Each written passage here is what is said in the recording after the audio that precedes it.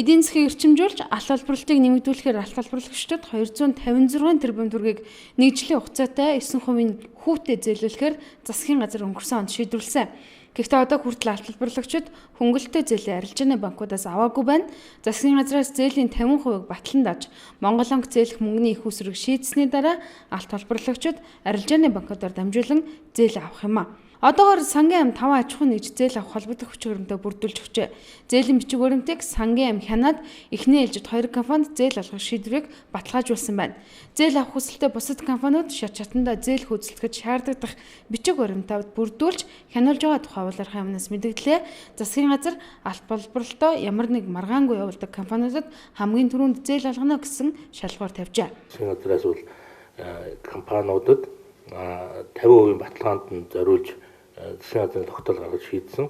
Одоогийн байдлаар бол аж ахуй нэгжүүд арилжааны банк дээр материалаа өгөөд хянагдсан. За сангийн ам дээр ирсэн бол 5 аж ахуй нэгж байгаа. Үүнээс зөвшөөрсөн 2 аж ахуй нэгж нь одоо Монгол банкнаас их үсэр авах гээд ингээд үлэгдэж байгаа. Бусд нь бол одоо шат чатанда арилжааны банк сангийн амнууд дээр одоо тэр зээлийн баталгааныхаа асуудлыг баталгаажуулах юм процесс явж байна.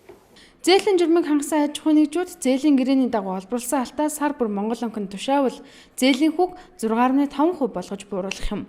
Аж ахуй нэгжүүд бизнесийн зээл гэж банкнаас авдаг. Энэ нь жилийн 18-аас 21% юм. Харин засгийн газраас батлан дааж байгаа энэ хүү зээлийн хүүн 9-өөс 10% учир алтны компаниудын дунд хүлээлт өссөн байна. Компаниудад зээл олгодож эхлвэл одоогийн хэмжээс илүү алт олборлох, тоног төхөөрөмжөөр шинжлэх ажилд зориулах юм а.